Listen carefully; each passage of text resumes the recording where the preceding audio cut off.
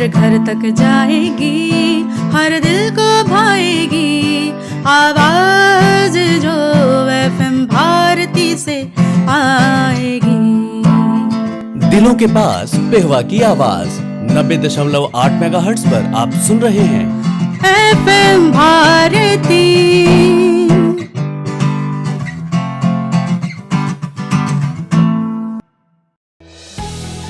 90.8 megahertz पर हम हैं पेहवा की आवाज एफएम भारती। और अब आप सुनेंगे डॉक्टर अंकल की कहानियाँ। एफएम भारती।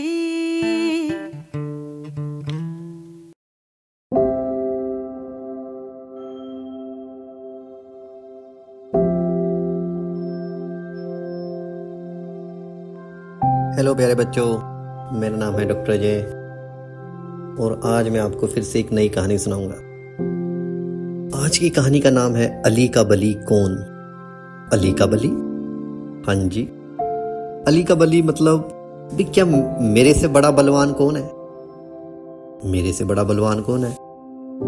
भी कहते हैं ना भी अपनी गली में तो कुत्ता भी शेर है, या फिर अपने घर में तो सारे ही शेर हैं। तो असली बलवान का तो पता तब लगेगा ना अभी जब आप घर से बाहर निकलोगे और संसार में घुसोगे, तब आपको पता लगेगा जब मेरे से बड़े, हमसे बड़े कितने गुणी प्राणी हैं इस संसार में जो भगवान ने रच रखे हैं। ऐसे ही एक बार क्या हुआ कि एक शेर था, शेर बूढ़ा हो गया। तो शेर बूढ़ा हो गया, वो शिकार शिकार इतना कर नहीं पाता था, फिर भी उसके अंदर ये घमंड था कि मैं तो शेर हूँ, शेर तो शेर है भाई, मैं अभी भी बहुत बलवान हूँ।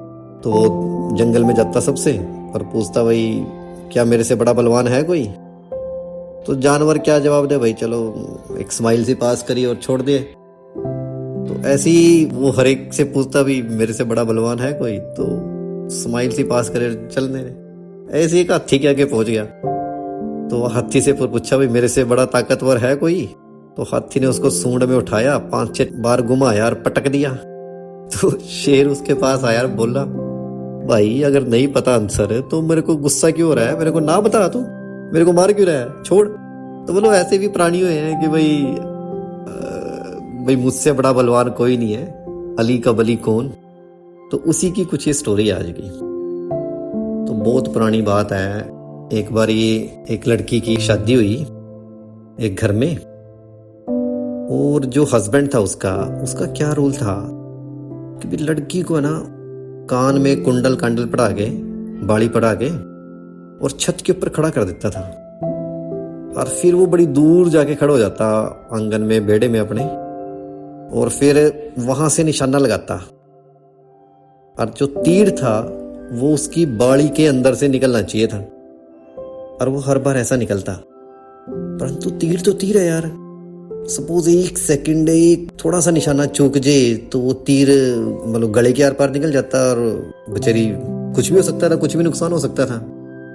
परंतु उस तीरंदाज को बड़ा घमंड था अपने ऊपर भी, ऐसा हो नहीं सकता, और वो अपनी वाइफ के ऊपर डेली एक्सपेरिमेंट करता था। वाइफ बड़ी दुखी, बड़ी पतिव्रता नारी थी, तो वो दुखी हो जाती थी भाई, वो सोचती थी भाई अगर वो उसको मना भी नहीं कर सकती थी, और डेली उसके लिए एक टॉर्चर होता था ये भाई, शी हैज टू स्टैंड।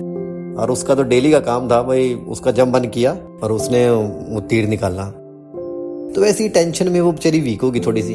1-1.5 महीने बाद जब उसका भाई आया, वो कह रहा भाई बहन मैंने तो तेरी बड़े संपन्न परिवार में शादी करी है और खाने पीने की कोई कमी नहीं है, सुख सुविधाएं सारी हैं, नौकर चाकर है, और ये तू इतनी सूखती क्यों जा रही है? कोई बीमारी तो लग गई या कोई टेंशन है, या तेरा हस्बैंड खुश नहीं रखता, तेरे को मारता पीटता है? सो मतलब एक भाई होता है ना, जैसे वो अपनी सिस्टर की, अपनी बहन की क्या टेंशन लेता है, तो वो टेंशन में उसने कहा। तो वो लड़की बोली भाई ऐसी कोई बात नहीं है, बड़ा ही लविंग हस्बैंड है और मेरा बहुत ख्याल भी रखते हैं, मेरे को कोई कमी भी नहीं है, खाना पीना भी बहुत है, परंतु मेरे को एक दुख है। दुख क्या है भाई? तो फिर वो कहती है कि भाई मेरे को ये हर रोज दूर खड़ा कर देते हैं और मेरे फिर बाड़ी के अंदर से वो तीर निकालते हैं, और मेरे को ये टेंशन है अभी कहीं तीर थोड़ा सा भी इधर उधर हो गया तो भाई मेरा तो वो कुछ भी नुकसान हो सकता है। और बाद में मुझसे पूछते हैं भी अली का बली कौन, भाई मेरे से बड़ा बली कौन है? तो मैं कहती हूँ नहीं भाई आप ही सबसे बड़े बली हो, और इससे वो खुश हो जाते हैं और हर रोज का यही काम है, नेक्स्ट डे फिर यही, नेक्स्ट डे फिर यही। कोई एक आधी बार हो जाएगा चल तो फिर तो बंदा मान भी ले, समझ भी ले, पर ये जो इसका डेली का काम है। मैंने कहा अच्छा ये बात है। तो वो जो भाई आया था उसका अपने जीजा जी से मिला, तो खाना पीना खाया, और फिर जीजा था, उसने फिर अपनी कहा भाई मेरे से बड़ा तीरंदाज कोई नहीं है, और मैं तो ऐसे ऐसे रोज करता हूँ। उसने तो अपनी शेख ही मारी थी, परंतु उसने कहा अभी जीजा जी ये तो बात ठीक है, अभी आपसे बड़ा तीरंदाज कोई नहीं है, परंतु आप घर में बैठे हो, घर में तो सारे शेर हैं, आप घर से बाहर निकलो तब आपको पता लगेगा ना भाई आपसे बली कौन है। आपसे बली भी बहुत बैठे हैं दुनिया में। उसने कहा यार, उन्होंने कहा मेरे से बली बहुत है। उन्होंने कहा कमाल है जी, आप घर से बाहर तो निकलो, आपको तभी तो पता लगेगा आपसे बली कौन है। उन्होंने कहा ठीक है यार। उसको ये बात बड़ी पिंच हुई। पता है यार, जो बंदे जिसके अंदर कुछ हुनर होता है ना, बड़े ईगोइस्टिक होते हैं वो, मतलब उनकी ईगो को थोड़ा सा भी पिंच कर दो ना आप, एक गुब्बारा की तरह फट पड़ेंगे वो। जैसे गुब्बारा नहीं, वो ईगो से भरे हैं वो। उनकी ईगो को थोड़ा सा भी सुई चुबा दो और वो एकदम से फुस हो जाएंगे, फट पड़ेंगे वो। तो ठीक है भाई, इन्हों का मैं आज के बाद वो घर से निकल गया जीजा, और भाई इन्हों का मैं देखता हूँ भाई मेरे से बड़ा बली कौन है। ठीक, तो भाई वो घर से बाहर निकल पड़ा और चलता गया चलता गया चलता गया चलता गया, और पुरानी लैंग्वेज में कहते हैं ना, ओए राम के करने। उसने आगे क्या देखा कि पूरी चिलचिलाती धूप, दोपहरी हो रही है, पूरी जेठ की दोपहरी में पांव जले है सैया, ऐसी दोपहरी हो रही है, और उसमें एक बंदा धूप के अंदर खड़ा हो गए, आसमान की तरफ, जमीन कहते ना जैसे अर्जुन ने मछली को देख रहा था ऐसे देख रहा है वो। कमाल है भाई। उसने देखा ऊपर, उसको तो कुछ नहीं दिखा, आकाश में क्या दिखा, बिल्कुल मतलब दोपहरी हो रही है ऐसी, तो उसमें कुछ दिखा नहीं उसे। तो वो बंदा ऐसे देख रहा है 2 मिनट 10 मिनट आधा घंटा 1 घंटा वो देख ही रहा ऊपर आसमान की तरफ। उसके मन में जिज्ञासा आई, उन्होंने कहा भाई तू क्या देख रहा है, चुप चुप चुप। वो जो देख रहा था उसने बोला उसे डिस्टर्ब ना कर। वो फिर आसमान की तरफ देखने लग गया। ना यार, थोड़ी देर बाद फिर उसको टोकता है, जिज्ञासा हुई उसमें, भाई तू क्या देख रहा है। नो का यार चुप हो जा रहा तो, हाँ बहुत मजा आ रहा है भाई ऊपर देखने में। उसने देखा यार ऊपर तो कुछ भी नहीं दिख रहा, नीला आसमान और कहीं कहीं बादल है यार, सूरज की इतनी तेज रोशनी है उसमें, तो आज मतलब वैसे ही बंदा सन ग्लासेस लेके देखे कुछ भी। और वो शेर का पट्ठा, वो जो किसान है वो बिल्कुल ऐसे देख रहा है ऊपर जैसे कोई टेंशन ही नहीं है यार, बड़ा मस्त होके बड़ा मजा लेके दिख रहा है ऊपर। तो थोड़ी देर बाद फिर वो तीरंदाज उसको टोकता है, भाई अरे बता तो दे गुरु क्या देख रहा है तू। तो वो कहता भाई ऊपर स्वर्ग लोक में अप्सराएं नाच रही हैं और मेरे को देखने बहुत मजा आ रहा है भाई, तू मेरे को तंग मत कर। यार नुका तू यहाँ खड़े होके ऊपर स्वर्ग लोक में देख रहा है। नुका हाँ देख रहा हूँ मैं, मेरे को दिख रहा है सच। कमाल है भाई, मेरे को इतना दूर दिखता है, मैं देख रहा हूँ। तो फिर उस तीरंदाज को बड़ा शौक लगा। नुका यार तेरे से बड़ा बलवान कौन है भाई। मैंने मेरे से बड़ा बलवान तो तू है जो इतनी दूर, भाई मैं तो तीर कहाँ तक मार सकता हूँ, जहां तक मुझे दिखता है वहीं तक तो तीर मारूंगा मैं। और नुका तू तो मेरी तीर की सीमा से परे पता नहीं कहां तक देख रहा है, स्वर्ग तक देख रहा है तू, वहां पे उनका डांस देख रहा है अप्सराओं का। वाह भाई वाह। नुका चल फिर दोनों चलते हैं और ढूंढते हैं कि क्या हमसे भी बड़ा बलवान है कोई अली का बली है हमसे भी। तो चल पड़ते हैं जी, चल पड़ते हैं जी, चल पड़ते हैं जी। आगे उनको क्या मिलता है, एक लंगड़ा मिला और फुल स्पीड से जा रहा है, वो फुल स्पीड से जा रहा है। हाँ जी, उसको रोका, भाई क्या बात हुई, ऐसा कौन चोर डाकू पड़ गए तेरे पीछे, तो इतनी स्पीड से क्यों जा रहा है। नुका यार तुम चुप करके बैठो, बस मेरे को तंग ना करो, मेरे को भागने दो।